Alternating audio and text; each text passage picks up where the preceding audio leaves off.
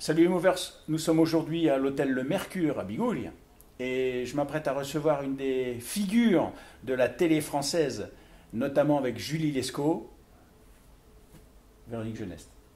Véronique Jeunesse, merci beaucoup de nous recevoir. Bonjour. C'est très gentil, vous êtes sur l'île pour tourner, pour jouer votre pièce Face à Face Oui. au théâtre de Bigouille. Et je crois savoir qu'en plus vous avez une relation particulière avec notre île, donc ça nous fait encore plus plaisir. Et moi donc. Alors, je voudrais revenir un petit peu sur votre carrière. Oui. Souvent, quand je réalise des interviews de comédiens, je leur demande tout le temps s'ils connaissent l'élément déclencheur qui a fait qu'ils se sont dit c'est ça que je veux faire. Comédien? Ouais. Oh là là, moi ça date de quand j'étais petite. De si petite, je me rappelle, j'ai toujours avec mon frère, on a toujours fait des jeux de rôle, on s'est toujours déguisé, on s'est toujours inventé, on a toujours joué à d'autres personnages. Moi souvent d'ailleurs, garçon manqué, j'étais Zorro, un pirate. Mon frère était plus en marquise, ce qui était paradoxal, mais bon, c'était comme ça, c'était la vie. Et puis on jouait à la poupée, au papa, à maman, au docteur, on s'inventait tout le temps des mondes. Et tout petit, parce qu'il a lu très très tôt, mon frère, il me lisait, on avait juste un an d'écart, hein, il avait un an de plus que moi. Et je dis il avait parce qu'il est décédé il y a quelques années maintenant. Et en fait, il me disait Le Petit Prince, on jouait avec Le Petit Prince ou l'Aviateur. Donc j'ai passé ma vie à vouloir être plein de personnages, à rêver là-dessus. Et mon père m'appelait Sarah Bernard, j'adorais, j'apprenais tout le temps des poésies parce que je voulais je lui récitais tout le temps des poésies quand il rentrait du travail. Voilà, c'était ma vie. On avait un théâtre de marionnettes, on faisait payer des spectacles, on avait une station de radio à la maison. Vous payez des spectacles? Oui, 20 centimes, je me rappelle. On apprenait des fables de La Fontaine qu'on mettait en scène. Mon père était médecin, donc il avait la salle d'attente. J'allais interviewer tous les patients parce qu'on avait une radio à la maison.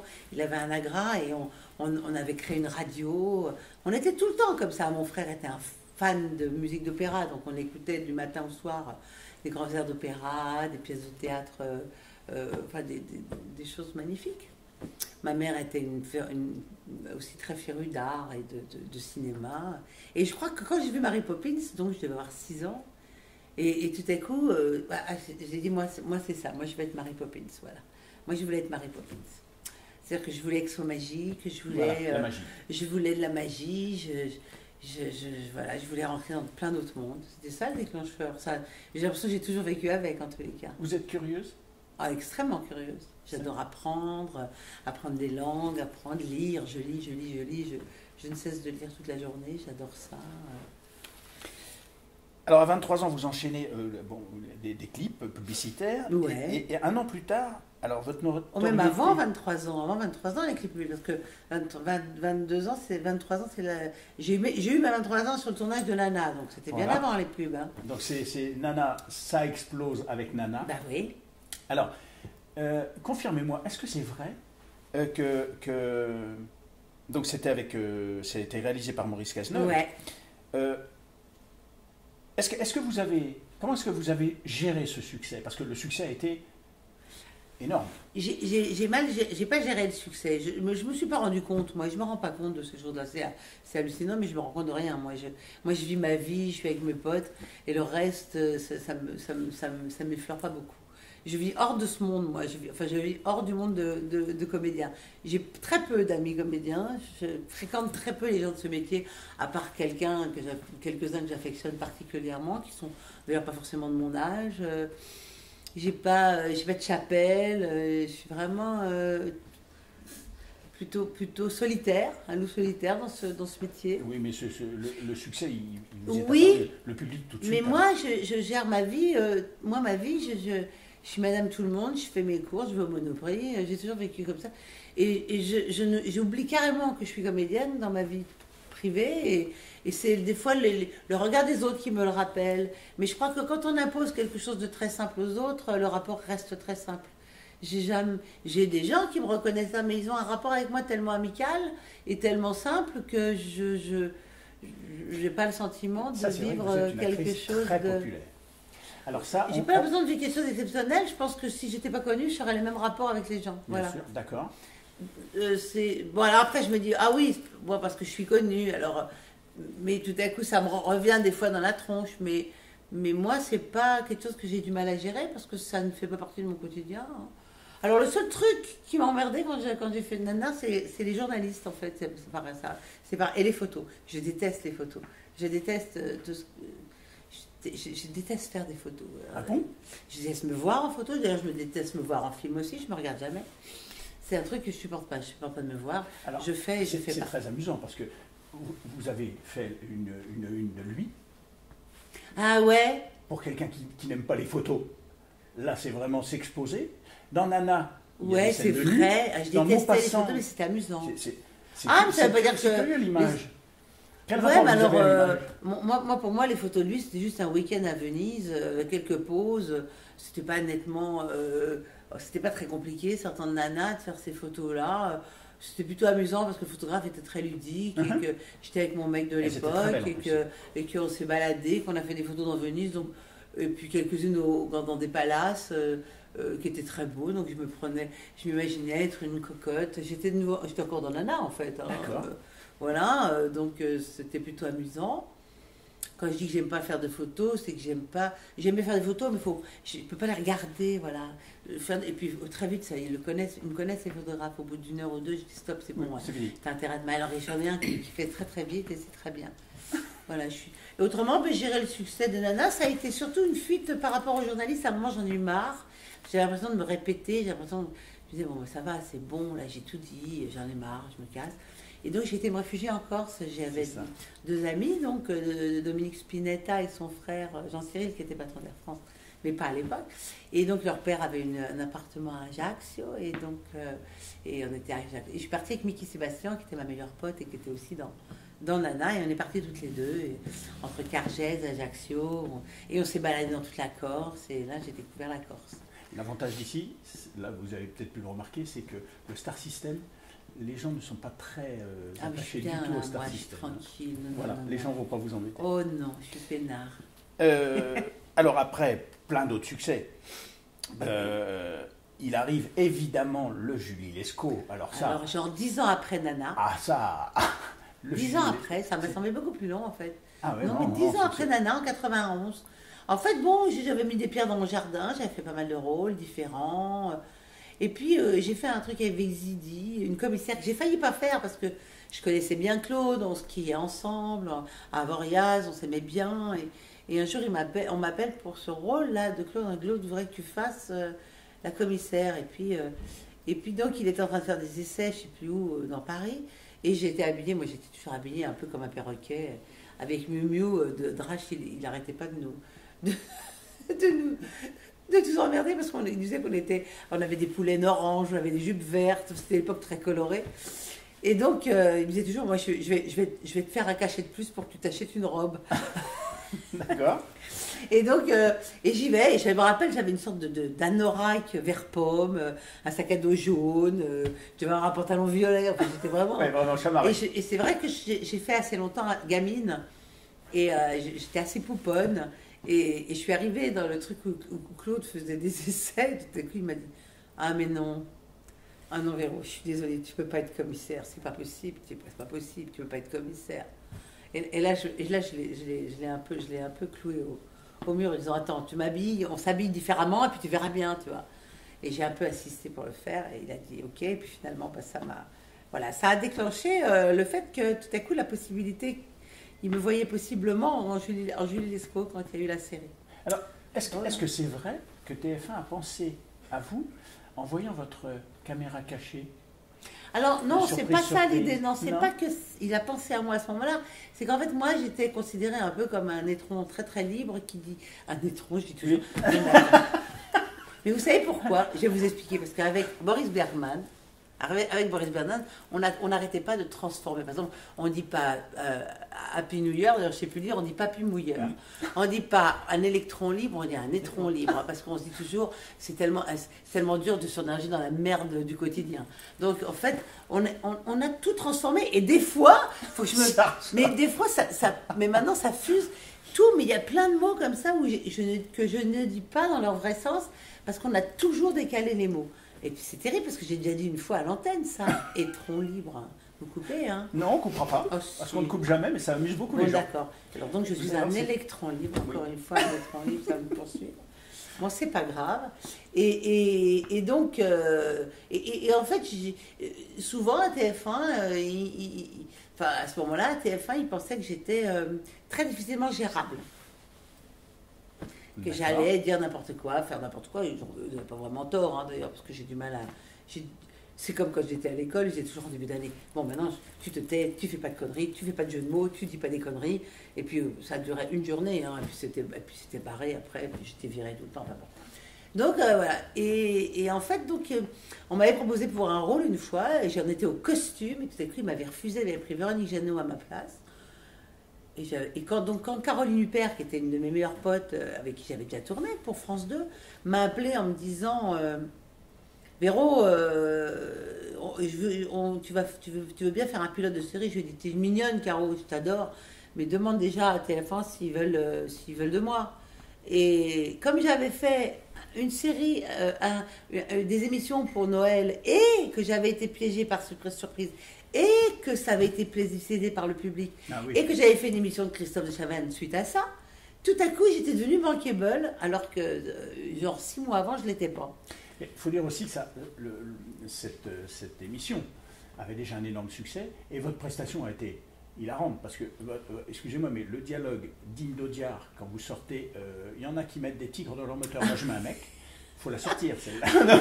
Oui, mais alors, là aussi c'est drôle, parce qu'en fait, c'est des trucs qui durent des plombes. C'est monté c'est monté, et ça dure quelques minutes à la télé, mais ça dure des plombes, et je commençais à être excédée. Et à un moment, j'ai dit, pilote, cloche dans la voiture, là. Il arrêtait pas de parler, ils sont partis. Je disais, mais tu vas la fermer, ça. Et à un moment, j'ai dit, mais c'est pas possible. Et puis, j'ai ouvert le coffre. Et puis, oui, parce que c'était l'époque du tic dans le moteur. Ah, le tic dans le moteur, parce que pour ceux qui éventuellement n'auraient pas vu l'émission, c'est une pub. Vous aviez été, vous, piégé, parce que, soi-disant, un ami à vous était dans la voiture avec vous dans Paris. Non, j'allais faire des photos pour le disque que je sortais avec Fugain. J'avais pas encore commencé Julie Lescaut. J'allais sortir et en fait, mon pote était complice avec les autres. Il y avait en face du théâtre où on avait rendez-vous, il y avait un hôtel où il y avait tout plein de gens qui avaient été. On me dit c'est les squatteurs qui sont virés. On prend la bagnole, elle cale quelques mètres plus loin, mais il y avait de quoi passer une vache et 2 camions. Hein. Et moi, je lui dis, il faut pousser la bagnole pour laisser passer parce que les flics arrivaient derrière. Et qu'en ouvrant le capot, je vois qu'il y a un mec qui a castré dans le moteur. Un DSF, et je me dis, oh, je ne vais pas attendre, on va les faire passer, puis on fera sortir après, tu vois. Donc je ferme le moteur, je dis, on pousse, et puis je m'arrange pour. Et les flics ne veulent pas se casser. Donc ça dure des et vous essayez de le sauver tant que vous pouvez. Et en plus, tout à coup, le mec, il se met à parler dans le coffre, il dit, ils sont partis. Je dis, non, mais attends, il ne mérite pas de vivre, lui, c'est pas possible d'être aussi con. Alors pour Julie Lescaut, vous avez reçu 3 sets d'or. Oui.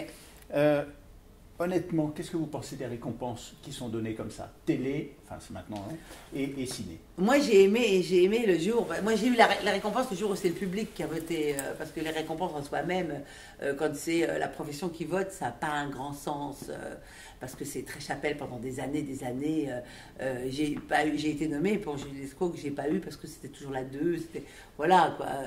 Et puis l'année où le public donne le prix, j'ai le prix. C'est la plus belle des récompenses, parce que moi je fais ça pour les gens qui regardent. Je veux dire, c'est eux ma première préoccupation. Et le fait de savoir qu'ils aiment, c'est juste la plus belle des récompenses. Mais et il y a eu une loi cette année-là d'ailleurs. Toujours une vanille, moi. La même année, il y a eu une loi qui disait que si on l'a eu une année, on ne peut pas l'avoir l'année d'après, on est obligé de le remettre. Donc je l'ai eu 3 fois, je l'ai remis l'année d'après, Mimimati qui me l'a remis l'année d'après, je l'ai remis à Mimimati qui me l'a remis l'année d'après.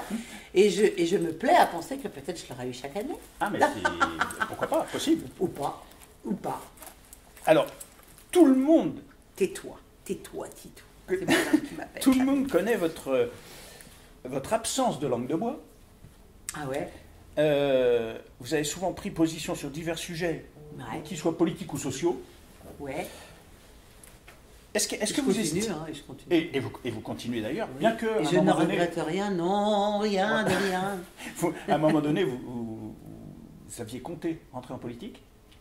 Non, alors oui, c'était une petite erreur, ça. Je n'avais pas du tout envie de rentrer en politique, moi. J'ai un pote qui est venu un jour Vous me étiez voir. porte-parole. Non, pas porte-parole, il est venu me voir pour être suppléant. Je ne savais même pas ce que c'était suppléant. Il voulait se présenter. Un, je pensais qu'il n'avait aucune chance de réussir.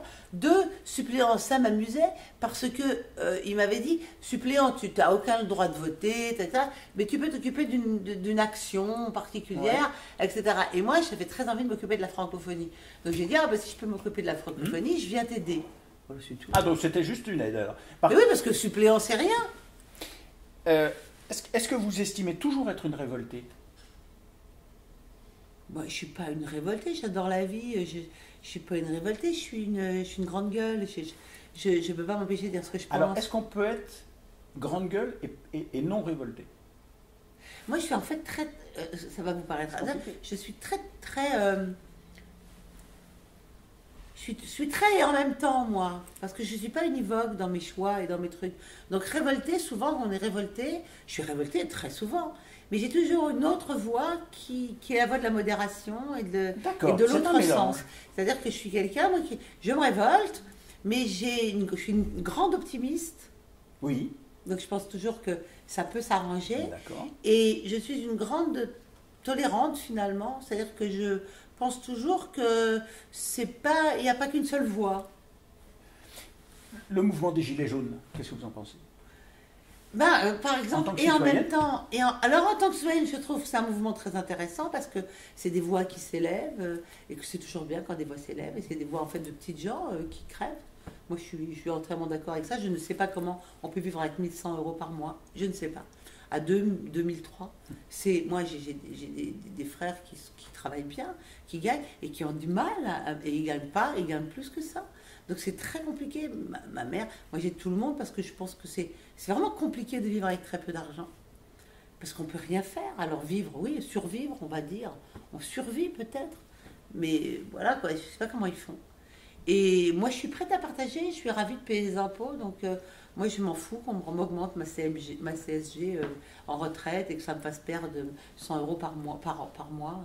Voilà, si c'est pour aider les autres, moi je ne suis pas contre. Maintenant, je suis très très contre le fait que je ne sais pas où vont mes impôts, qui ne vont pas forcément là où on me dit qu'ils vont. Ça me déplaît profondément. Je suis pas très pour une consultation nationale permanente parce que je pense que ça coûte très cher et que c'est toujours récupéré par les partis politiques. Je pense qu'on ne peut pas faire que des partis apolitiques, ça n'existe pas. Donc, d'à partir du moment où on veut faire un parti, ça devient politique. J'ai plein de pour et de contre. Je ne supporte pas qu'on bloque les gens. C'est-à-dire que je pense qu'il y a des moyens différents de faire de se révolter sans faire chier son voisin, mais en faisant chier juste les gens contre qui on se révolte. Bien sûr. Donc, il y a du pour, il y a du contre. Je suis pas archi contre. Maintenant, je pense réellement que depuis un moment, ça a été récupéré par l'extrême droite et l'extrême gauche et que c'est des zadistes qui sont descendus. Et ça, par contre, je trouve que ça devient très politisé et ça ne m'intéresse plus. Voilà. Mais je ne suis pas tranchée. Je ne peux pas être tranchée sur ce genre de choses. Oui, mais de toute façon, c'est un phénomène complexe. Hein. Voilà, on ne peut pas dire. Donc voilà, je suis pas tranchée. Beaucoup de gens disent que justement les violences sont condamnables. Totalement, il n'y a même pas à y réfléchir, c'est mais il y en a qui disent que sans violence, ils n'auront rien. Ouais, mais non, moi je suis pas d'accord du tout. Moi je suis contre toute violence. Ok. Qu'est-ce qui peut à coup sûr vous énerver et à coup sûr vous faire rire? Alors moi, ça me fait surtout rire. Mais même ce qui m'énerve me fait rire finalement, au fond, au bout du compte, parce que je suis quelqu'un qui décale tout. En fait, j'adore prendre les choses à contre-pied, j'adore tout voir d'une façon décalée. Je vois la vie très décalée, moi. Donc très souvent, je ris de ce qui pourrait faire pleurer parce que ça m'amuse de prendre vraiment Je faisais pareil dans Julie quand je joue. Souvent, j'essaie de dire, et si c'était, et si on switchait les trucs comme ça, parce que je sais pas, j'aime bien voir la vie, d'essayer de voir les choses différemment. Qu'est-ce qui me fait rire? Mais moi, j'ai l'humour très anglais. J'adore l'autodérision surtout. Ce qui ne me fait pas rire, moi, c'est quand on casse les autres. J'aime pas. Je trouve que c'est un rire facile, c'est un rire, le rire méchant. Le rire méchant qui est méchant sur les autres me fait pas rire. J'adore l'autodérision. J'adore qu'on rit de soi-même, quand on rit de sa propre chapelle. C'est pour ça que j'aime bien Florence Foresti, parce que quand elle parle des filles et tout, j'adore. Elle a beaucoup d'autodérision. J'aime pas les gens méchants. Le rire méchant me fait pas rire. Au jour d'aujourd'hui, qu'est-ce que vous pourriez donner comme conseil à une jeune actrice qui débute pour éviter les pièges du métier? Moi, je dirais qu'elle soit vraie, la recherche de la vérité tout le temps. Quand on est vrai, on ne peut pas se tromper, même si on se trompe. Moi j'ai fait des erreurs, des milliards d'erreurs. Mais j'ai fait avec tellement de bonne foi que ça ne peut pas être des erreurs. C'est comme quand on élève les enfants, on peut faire plein d'erreurs, mais quand on les fait avec amour, c'est pas des erreurs. Votre amour qu'a le public pour vous, vous croyez que ça vient de là aussi? Ils savent que vous êtes une personne... moi, je suis vraie. Voilà, moi, je suis juste vraie. Rien. Moi, d'ailleurs, même dans mon métier, même dans ma façon de jouer, j'essaie toujours d'aller au plus près de la vérité, d'essayer de trouver la vérité dans le texte. Je suis tout le temps en recherche de la vérité. Et je pense que quand on veut être vrai, quand on fait les choses avec amour et sans malice, hein, sans arrière-pensée, sans méchanceté, voilà, ben on peut pas se tromper, quoi. Et on peut se tromper, mais voilà, moi, oui. Je pardonne tout, moi. Mais moi, je pardonne. Des fois, on est enfant, on a des griefs contre ses parents, t'as fait ça. Mais moi, on a forcément des griefs, on a forcément des choses qu'on n'a pas aimées, qu'on nous fasse. Mais je les ai toujours pardonnées parce que ma mère a dit que je suis une bonne poire. Mais moi, j'adore être une bonne poire. Il faut m'en faire beaucoup. C'est pareil avec notamment votre fils qui apparemment a l'air d'aimer le milieu cinématographique. Mon fils, oui, mais mon fils, il fait une autre voix. Mon fils, il crée des jeux vidéo, il fait de la 3D, du design. Oui, mais il aimait bien, mais lui, lui m'a dit non, on attend trop longtemps, ça m'embête. D'accord. Finalement, comédien. Mais je pense que oui, ça pourrait le titiller, mais il va le faire si un jour il a envie de le faire. Moi, je ne suis pas pour pousser les enfants là-dedans, forcément. Il faut qu'ils cherchent plein de voix. On n'est pas pressé à la vie. On peut faire 50 métiers dans la vie. Hein. C'est bien d'en changer d'ailleurs. Moi, j'aurais pu être chauffeur de taxi, photographe, et je peux encore. Hein, vous avez d'ailleurs une formation d'esthéticienne? Oui, je suis ravie d'ailleurs. Ça m'a beaucoup aidé dans ma vie. Voilà. Non, mais voilà, l'ouverture aux autres. Et puis en même temps, je peux aussi pousser des coups de gueule sur plein de sujets, qu'ils soient politiques, qu'ils soient... Voilà, mais j'essaye de le faire avec humour la plupart du temps quand même. Jeune, c'est marrant, vous aviez inscrit sur un miroir Star ou crever. Oui. Avec Christophe Lambert en fait. Oui. C'était notre période à tous les deux, et il était à la maison et il en a écrit Star ou crever, on a mis plein d'étoiles dessus. Est-ce que vous avez estimé aujourd'hui avoir rempli le contrat? Oh, mais c'était un contrat pour rire, c'était surtout lui, parce que moi, franchement, j'aurais préféré pas crever, même s'il n'avait pas été star, hein, je me serais très bien émerdée dans la vie, hein, j'aurais fait autre chose. Honnêtement, c'était plus pour rire, hein. C'était aussi drôle qu'irréaliste et qu'on s'en fout, quoi. Star ou crever, c'est drôle à écrire, quoi. Ah, parce qu'il y en a... non, mais moi, non, je ne serais jamais morte de ça. C'était leur truc, hein, c'était non, ça. Non, je m'en fous, moi. Franchement, non, honnêtement, je m'en fous complètement. J'aurais été vétérinaire, je me serais occupée des animaux, j'aurais fait, je sais pas, j'aurais joué de toute façon, même dans la rue, même pour ma grand-mère. Quels sont vos projets? Alors, mes projets, après cette pièce, après la pièce. Alors, on devait l'amener sur Paris, on ne sait pas encore à quelle date exactement, parce que Martin part à Lyon jouer en mars. Moi, j'écris un bouquin que je dois rendre en mars pour Flammarion, qui est un peu sur les chemins de vie, justement, une introspection, de la façon dont on a fait le chemin pour peut-être donner des idées ou des voix aux autres, ce qu'on est un peu en train de faire là. D'accord. Et puis, c'est intéressant d'ailleurs de faire une introspection, Oui. ça amène plein de Bien choses sûr. qui sont sympas. Et puis, une autre pièce qui est en route, on a déjà l'affiche, on a déjà le casting, dont on sait pour l'instant qu'on part en tournée en janvier 2020, on ne sait pas si on va pas faire Paris avant. D'accord. Ou après, on ne sait pas encore. Un film qui est une proposition qui est en train de s'écrire. D'accord, dont on ne peut pas Voilà. parler. Non, parce c'est pas que fait. ce n'est que mon agent, le D'accord. producteur qui a une idée qui, moi, je trouve sympathique. On verra comment. Mais enfin, il est évident que moi, j'ai parlé au producteur, que je lui ai dit qu'il est évident que moi, avec tous les rôles que j'avais faits, je n'ai pas envie d'aller faire des panouilles à la télé. Que ça ne m'intéresse pas. Bien sûr. Je préfère faire des beaux rôles au théâtre. Et que je préfère attendre pour que demain avoir des beaux rôles au cinéma ou des choses comme ça. Donc voilà, et puis ma vie me convient bien comme ça. Et puis s'occuper de ma famille, continuer à vivre, moi, mes amis, jouer, rigoler, venir en Corse le maximum. Mais on vous reçoit avec grand Voilà. plaisir. Et puis je viens d'être deuxième fois belle grand-mère depuis 2 jours. Ah, bah alors félicitations. Voilà, un petit garçon qui est né et que je pars voir, qui habite à Tel Aviv, donc que je pars voir le 27. Ah, bah alors ça va être un chouette Voilà. truc. Alors, ma dernière question sera la question des internautes. Alors, nous, sur le site, on a toujours une tradition, c'est de donner le nom de l'invité qu'on va interviewer et les internautes balancent des questions. On en tire une au sort.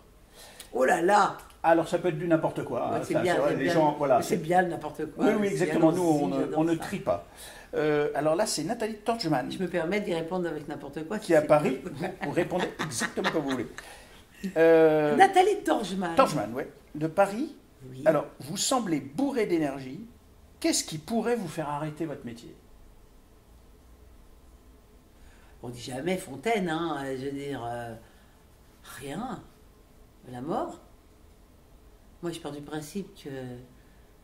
D'abord, moi, ça s'appelle jouer, hein, mon métier. Hein. Donc, c'est un métier parce que j'ai la chance de gagner ma vie, mais c'est avant tout un plaisir. Hein. J'ai la chance de faire un métier qui n'est pas du travail, même si c'est fatigant, même si c'est Il y a du stressant, travail dans même si ça peut être angoissant, même si malgré tout, il y a plein de choses qui font partie du métier, parce que j'ai un métier aussi qui a la chance, moi, de permettre c'est-à-dire que du jour au lendemain, la vie peut être différente. C'est-à-dire qu'on n'a rien, on est dans le maras, et le lendemain, c'est la folie furieuse. Donc c'est un métier qui est tout le temps surprenant, et j'adore ça. Donc quand la mort viendra me surprendre, j'arrêterai, et encore peut-être que là, oui, je vais jouer un peu quand même. Oh, je pense. Hein, oui, je vais essayer, j'espère. Histoire J'espère révolutionnaire. J'espère qu'ils ont un super théâtre et que je pourrais jouer de mes ailes. Ah, puis en haut, il y a des sacrés acteurs aussi qui attendent. Donc, il y aura des sacrés partenaires. Et puis peut-être que j'aurai récupéré mes belles cuisses roses et que j'arriverai En même temps. à séduire encore quelques anges égarés. Oh, on n'est pas inquiet pour ça. Merci beaucoup de nous avoir reçus, c'est vraiment très gentil. Et puis, on vous souhaite surtout une super soirée. Oui, mais j'espère. Hein. Et puis vous revoir sur notre île. Ah bah, ça sera très très rapide. Hein. Merci beaucoup. Merci, au revoir.